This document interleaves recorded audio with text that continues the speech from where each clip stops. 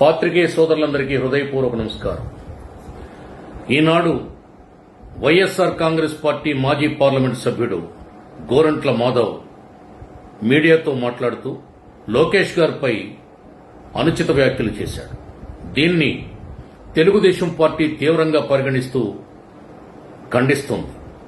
తక్షణమే గోరంట్ల మాధవ్ తన వ్యాఖ్యల్ని వెనక్కి తీసుకుని బేషరతుగా లెంపలేసుకుని 6 కోట్ల మంది ఆంధ్ర ప్రజానీకానికి క్షమాపణ చెప్పమని డిమాండ్ చేస్తోంది.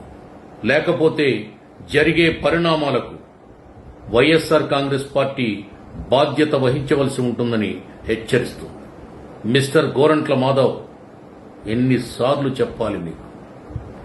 లోకేష్ మగాడని, మగటిమున్నాడని, మొనగాడని ఎన్నిసార్లు చెప్పాలి మీకు?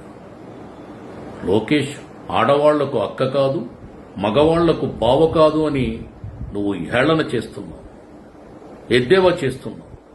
అందుకే నా భాషలో నేను చెప్తున్నాను, విను.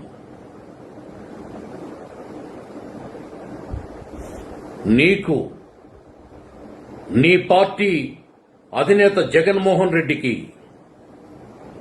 16 అణాల అచ్చ తెలుగు అసలు సిసలు రంకుముగుడురా లోకేష్.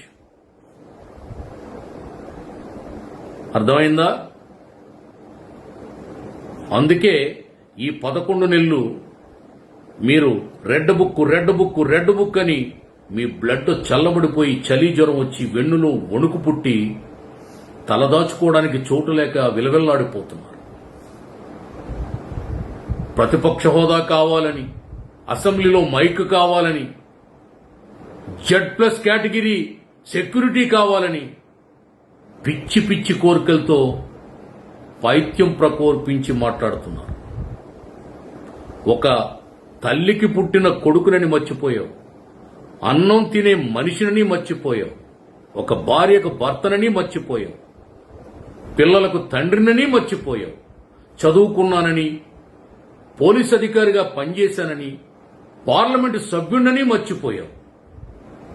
చిత్తకార్తి కుక్కలాగా జిమ్ముకెళ్లి జిప్పు తీసి స్త్రీలోకాన్ని అవమానించావు.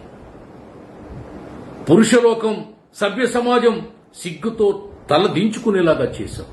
నువ్వా లోకేష్ గారి గురించి మాట్లాడేది? అయినా చెప్తున్నాను, విను.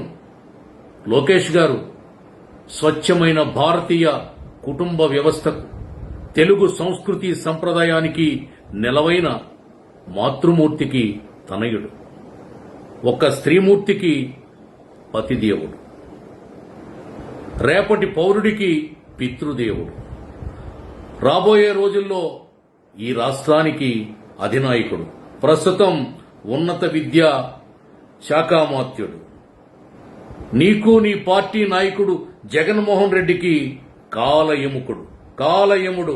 గుర్తుపెట్టుకో. నోటికొచ్చినట్టు వాగితే నాలుక కోసేస్తాం, పళ్ళు పీకేస్తాం. ఖబర్దార్ మిస్టర్ గోరంట్ల మాధవ్.